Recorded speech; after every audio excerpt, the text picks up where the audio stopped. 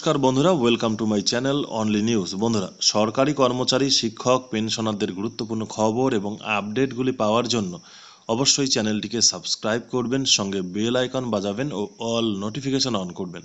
বন্ধুরা, বিদ্যালয়ের মধ্যেই ভয়ানক ঘটনা শিক্ষিকার সাথে। আমরা দেখে নেব বিদ্যালয়ের প্রধান শিক্ষিকার সঙ্গে কি ঘটনা ঘটল বিদ্যালয়ের মধ্যেই। ফের আক্রান্ত প্রধান শিক্ষিকা। বৃহস্পতিবার স্কুলে ঢুকতেই প্রধান শিক্ষিকাকে মারধরের অভিযোগ উঠল স্কুল কর্তৃপক্ষের বিরুদ্ধে। এদিন সকালে শ্রীরামকৃষ্ণ সারদাপীঠ নিম্ন বুনিয়াদী স্কুলে গিয়েছিলেন প্রধান শিক্ষিকা কমলা বেরা। তাকে মারধর করে স্কুল থেকে বের করে দেওয়া হয় বলে অভিযোগ। আক্রান্ত প্রধান শিক্ষিকা বলেন, ক্লাস শুরুর পরেই স্কুলের এক শিক্ষিকা কয়েকজনকে সঙ্গে করে এনে কেন আমি স্কুলের মধ্যে ঢুকেছি তা আমার কাছে জানতে চান। সরকারি নির্দেশিকা অনুযায়ী আমি স্কুলে এসেছি বলার পরে আমার চুল ধরে টানাটানি করে ও মারধর করে।